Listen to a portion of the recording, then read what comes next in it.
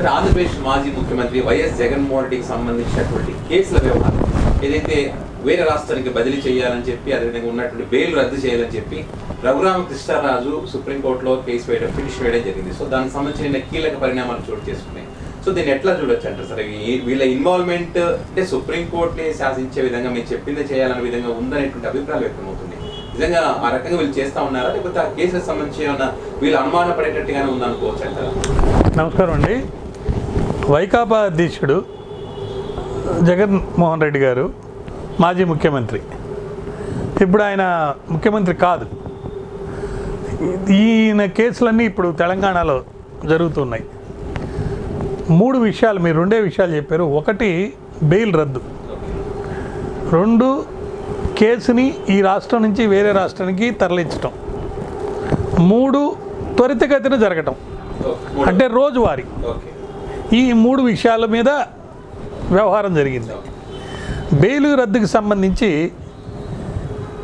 ఏ point అయితే rise చేశారో దానికి సంబంధించి విచారణ చేపట్టిన తర్వాత సుప్రీంకోర్టు దీని మీద విచారణ అవసరం లేదనే అభిప్రాయాలు ఉన్నప్పుడు వాళ్ళు మేము విత్డ్రా చేసుకుంటాము, హైకోర్టుని ఆశ్రయించేందుకు వెనక్కి తీసుకుంటామని చెప్పి పర్మిషన్ అడిగితే ఇచ్చేశారు. సో బెయిల్ రద్దు అనేది సుప్రీంకోర్టులో జరగలేదు. ఇక హైకోర్టుకి వెళ్తారా, హైకోర్టులో మళ్ళీ అదే పిటిషన్ వేసి ఆయన్ని బెయిల్, అంటే తెలంగాణ హైకోర్టులో ఆయన బెయిల్ రద్దు చేయండి, ఏదో కండిషన్స్ వైలేట్ చేశాడని అడుగుతారా లేదా అనేది వేచి చూడాలి మనం. అది నెంబర్ 1. నెంబర్ 2 ఏంటంటే వేరే రాష్ట్రానికి బదిలీ చేయాలని ఒక పాయింట్. దీని మీద కూడా తెలంగాణ హైకోర్టు పర్యవేక్షిస్తుంది కదా, కాబట్టి హైకోర్టు పర్యవేక్షణలో కింద కోర్టు కేసు చేసేటప్పుడు ఏదైనా పొరపాటు ఉంటే మీరు హైకోర్టుని అప్రోచ్ కావచ్చు. ఎందుకు బదిలీ చేయాలి, అదొక పాయింట్ రైజ్ అయింది. అప్పుడు వాళ్ళు వేసినప్పుడు ఉన్న గవర్నమెంట్స్ మారిపోయినాయి.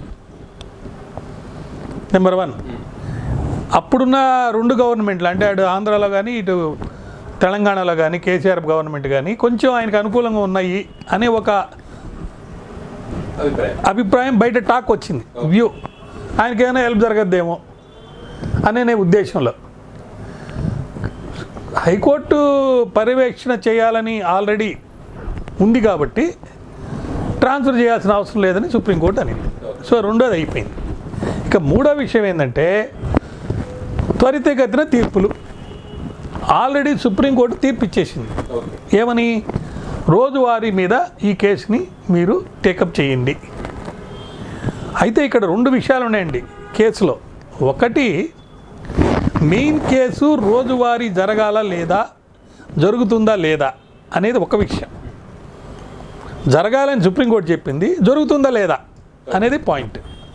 2వ పాయింట్ ఏంటంటే ప్రతి వాళ్ళు ఒక పిటిషన్ వేస్తారు. అలాగే జరిగింది 10 ఏళ్ళు.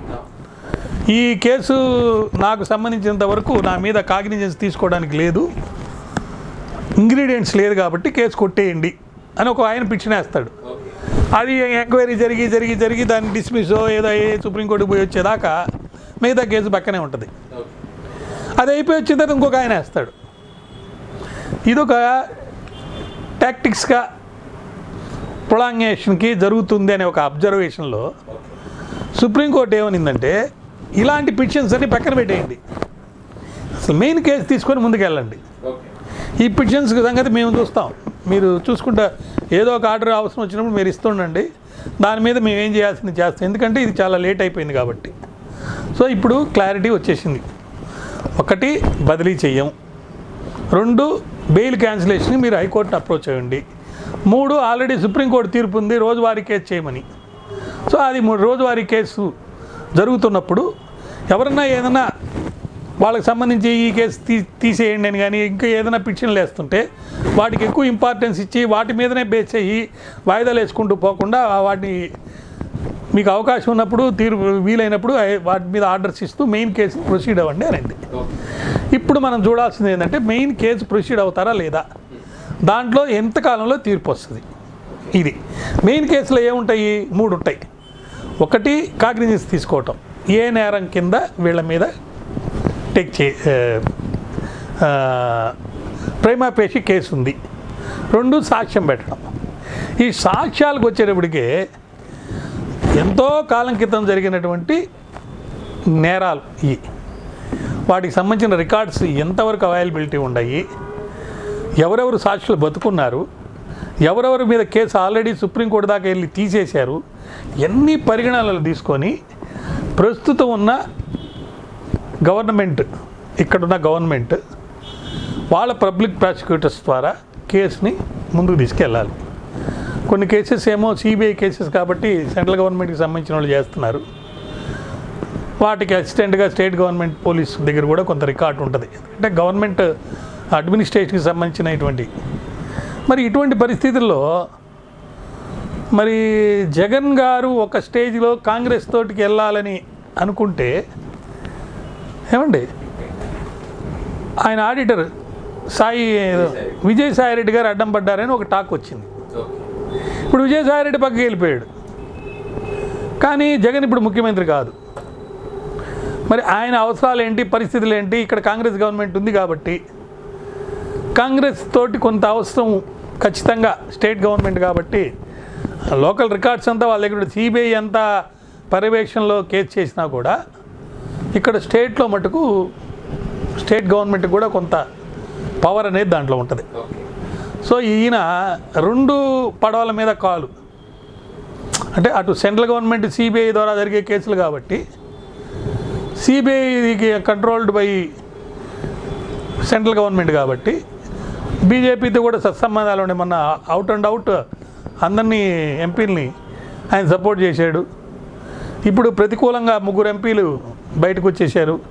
అయోధ్య ఆయన కూడా వెళ్తారని అంటున్నారు. ఈ పరిస్థితుల్లో ఒక కష్టతరమైనటువంటి బాధ్యత తన్ను తాను కాపాడుకోవడానికి ఎంతైనా ఉంది. మరి ఆ పరిస్థితుల్లో ఈయన విజయసాయి రెడ్డి బయటికి వెళ్ళిపోతే ఆయన ఏ పార్టీలో నేను చేరనని చెప్తున్నా, రేపు ఆ సీటు ఎవరికి ఇవ్వబోతున్నారు, విజయసాయి రెడ్డి గారి కూతురికి కానీ లేదా వాళ్ళ బంధువులకి ఇస్తుంటే అది ఒక అరేంజ్డ్ పార్టీ వదిలినట్టు అవుతుంది. అలా కాకుండా థర్డ్ పార్టీకి ఇచ్చేశారనుకోండి, ఎందుకు ఈయన బయటకు వచ్చినట్టు? ఈయన ఏమైనా అప్రూవర్గా మారి నాకు వద్దున అయినా ఈ కేసులు వ్యవహారాలు అని చెప్పి బయటికి వెళ్ళేదానికి ఏమన్నా ఒక ప్లాన్. ఈయనేమో జగన్ అన్నాడు మీరు వెళ్ళొద్దనని. జగన్ గారు ఏమో నేను ఒక ఇంటర్వ్యూలో చూస్తే ఎవరు పోతే పోతారు, వాళ్ళతో మనకేముందన్నట్టుగా ఉన్నట్టు వాళ్ళు ఉన్నారు. మరి ఇవన్నీ లోపల రాజకీయాలు వేరు, బయట విషయాలు వేరు. ఈవెన్ ఆయన ప్రెస్ మీట్లో ఆయన పేరేంటి విజయసాయి రెడ్డి గారు మీరు ఏమైనా ఛానల్ పెడుతున్నారా అని ఒక పాయింట్ అడిగినప్పుడు ఆయన నిర్మోహమాటంగా నేను ఛానల్ పెట్టని చెప్పలేదు. రాజకీయాల పరిస్థితులు మారినాయి కాబట్టి ఇప్పుడున్న పరిస్థితుల్లో నేను ఆలోచించుకొని చెప్తాను ఛానల్ పెడతారా లేదని. నేను రాజకీయాలే వద్దనుకున్నప్పుడు గతంలో నువ్వు అన్న మాటలు ఛానల్ పెడతాను కానీ ఇటువంటి అన్ని విషయాల మీద ఒక అవగాహనతో ఉండి ఎస్ ఆర్ నో అని చెప్పాల్సిన పరిస్థితులు, అది చెప్పకుండా దాటవేసే ఒక రాజకీయము, లేకపోతే నాకు పవన్ కళ్యాణ్ మంచి స్నేహితుడు అని చెప్పడం, దాని తగ్గట్టుగా బీజేపీలో ఎంపీ తీసుకోవాలని ఆయన ట్రై చేశాడని అది ఇవ్వలేదని, ఇట్లా రకరకాల మాటలన్నీ వచ్చినప్పుడు వీటి మీద ఒక నిర్మమాటంగా ఒక్కటి మనం చెప్పాలంటే చెప్పే పరిస్థితి లేదు. కానీ ఒక లీగల్ ఎక్స్పర్ట్గా మటుకు ఒకటైతే చెప్పగలుగుతున్నాయి, ఇప్పుడు దాకా నడిచిన వ్యవహారం వేరు, ఇక ముందు జరగబోయే ఈ కేసులో అనేక విషయాలు లీగల్గా జరగబోయేది వేరు. ఎందుకంటే కొన్ని ప్రిన్సిపల్స్ ఆల్రెడీ ఎవాల్వ్ అయినాయి. జయలలిత కేసు అనుకోండి, లల్లు యాదవ్ కేసు అనుకోండి, చౌతాలా కేసు అనుకోండి, ఇట్లా ఫేమస్ కేసెస్లో చిదంబరం గారి కేసు అనుకోండి, చిదంబరం కొడుకు కేసు కానీ, ఇవన్నీ మనం అవగాహన, చంద్రబాబు నాయుడు గారి కేసు ఆయన మీద పెట్టిన కేసులు, ఇవన్నీ మనం చూసినప్పుడు మనకు ఒక అవగాహన వస్తుంది. ఏంటంటే ఈ ప్రిన్సిపల్స్ లోపల ఫైట్ చేయడానికి కొన్ని అంతకుముందు ప్రిన్సిపల్స్ లేవు, చట్టాలే ఉన్నాయి. కానీ ఆల్రెడీ వీటి మీద కొన్ని తీర్పులు సుప్రీంకోర్టు ఇచ్చేసింది. ఆ గైడ్లైన్స్లో ఈ కేసులు వెళ్ళేటప్పుడు ప్రతి వాళ్ళు కూడా దాటేసే వ్యవహారం చేస్తారు. అంటే ఇంకా ముందుకు ప్రొలాంగ్ చేయడానికే తీర్పులు వచ్చినందువల్ల ఎవరికి ఏం లాభం లేదు. ఇప్పుడు ఈ కేసు కొట్టేస్తారు అని ఉంటేనే ఈయన ముందుకెళ్తాడు. కొట్టేస్తారా లేదా అని అనుమానం ఉందనుకో, ఎవిడెన్స్ మీద కరెక్ట్గా ఉందా లేదని, అటువంటిప్పుడు ప్రొలాంగ్ చేసుకునేదానికి ఎక్కువ అవకాశాలు ఎక్కువ ఉన్నాయి. లేదు ప్రొలాంగ్ చేయకుండా తొందరగా చేసినందువల్ల శిక్షలు పడిపోతే దానివల్లనే మాకేదో వచ్చేస్తుంది అని చెప్పి ప్రతిపక్షాలు కూడా చెప్పేదానికి అవకాశం లేదు. కారణం ఏంటంటే మళ్ళీ అప్పీలేట్ కోర్టులు ఉన్నాయి. సో ఆయన జీవితం అంతం ఈ కేసులు జరుగుతూనే ఉంటాయి. మరి గవర్నమెంట్ ఒకవేళ కేసులైనా ఆయన మీద కొట్టేస్తే సిబిఐ అప్పీల్ వెళ్తుందా లేదని మనం చెప్పలేం. అంటే రాజకీయాల్లో చాలా జరుగుతాయి. అయితే ఇక్కడ ఒక ముఖ్యమైన విషయం ఏంటంటే, పవర్లో లేని వ్యక్తిని మీరు నేరాలు చేశారు, మీరు తండ్రి చాటు బిడ్డగా ఉండేని ఒక ఇది జరుగుతుంటే, తండ్రి ఏమో నేరం చేయలేదని కాంగ్రెస్ వాళ్ళు అంటారు. కేసులు పెట్టింది కాంగ్రెస్ వాళ్ళే. మరి తండ్రి నేరం చేయకుండా తనయుడు ఎలా చేస్తాడు? ఒక పాయింట్. రెండో పాయింట్ ఏంటంటే, ఇప్పుడు జయలలిత కేసులో డబ్బు అనేది దొరికింది. అది ఎలా నేరం చేసి ఏ నేరాలు చేసి తెచ్చారనే దానికి రుజువులు లేవు. సో ఇల్గాటన్ మనీ అని దొరికినప్పుడు ఫైన్ కూడా వేశారు. సో ఈ కేసులో కూడా ఈయన నేరుగా అధికారంలో లేడు కాబట్టి ఈయన దగ్గర దొరికిన డబ్బుకి సంబంధించి కొన్ని ఇష్యూస్ ఉన్నాయి.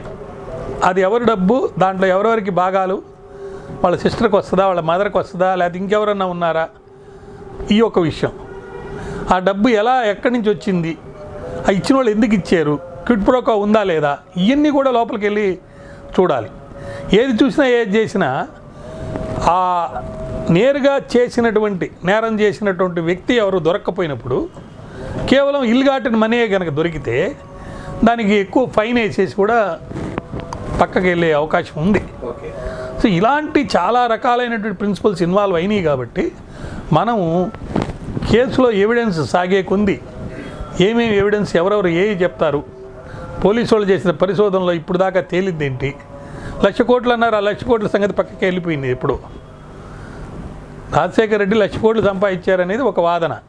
కానీ ఇప్పుడు ఆ కేసులో ఉన్న కాగితాలు లేకపోతే అవన్నీ దాన్ని ఇన్వెస్టిగేట్ చేసిన ఆఫీసర్లు వీళ్ళందరూ చెప్పేది ఉంటే చాలా తక్కువ అమౌంట్ లాగానే అనిపిస్తుంది. సో అది రాజకీయంగా ఈ కేసులు రీజిమ్ రివెంజ్ కింద చేశారా, నిజంగా జరిగినాయా, జరిగితే అసలు ఆస్తుల గురించి కొట్లాడుకుని 1,00,000 కోట్ల డబ్బు కనుక నిజంగా కనుక ఉంటే అన్నా చెల్లెళ్ళు ఆస్తుల కోసం కొట్టుకొని అన్న పదవి పోవాల్సిన పరిస్థితి ఎందుకు వస్తుంది? 1,00,000 కోట్ల ఉంటే ఆమె అడిగింది చాలా అమౌంట్స్ కొన్ని ప్రాడక్ట్స్ ఆమెకి ఇచ్చేసి ఉంటే ఈ గొడవే లేదు. వాళ్ళిద్దరి మధ్యలో తగాదా లేకపోతే ముగ్గురు కనుక కలిసి కట్టుగా కొట్టుకుంటే ఇంకేదో 1-2 రాజకీయంగా చేసిన పొరపాట్లను కనుక సరిదిద్దుకొని ఉంటే కొంతమందికి టికెట్లు వాళ్ళకి ఇవ్వకుండా ఉంటే ఆయనే గెలిచేవాడు. 47% 45% వచ్చిందండి ఆయనకి. సో 1,00,000 కోట్లు సంపాదించారు అనేది చెప్పేది వాస్తవం కాదని మనకు అర్థమవుతుంది. సో ఆర్థికంగా పోరాటాలు అన్నా చెల్లెళ్ళ మధ్యలో, తల్లి వాళ్ళందరి మధ్యలో జరుగుతుంది కాబట్టి వీళ్ళు చెప్పినంత స్థితిలో అక్కడ నేరాలు జరిగినట్టుగా లేవు.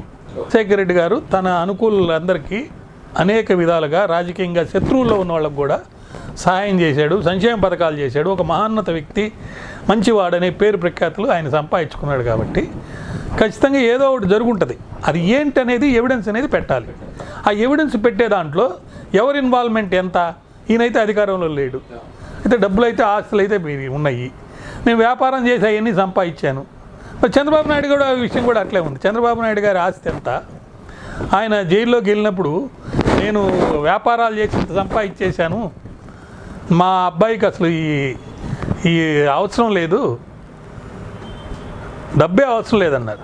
మరి ఈ రాజకీయ నాయకులందరికీ డబ్బు ఎక్కడి నుంచి వస్తుంది? ఈ కేసుల్లో మటుకు ప్రస్తుతానికి అందరూ వేచి చూస్తున్నారు. రోజువారీ కేసు జరగద్దా లేదా, ట్రయల్ శిక్ష పడుతుందా లేదా, శిక్ష పడితే దాని పరిస్థితి, దాని యొక్క పర్యవసనం రాజకీయంగా దాని యొక్క ఎఫెక్ట్ ఎలా ఉంటాయని చూస్తున్నారని చెప్పి అనుకుంటున్నాను.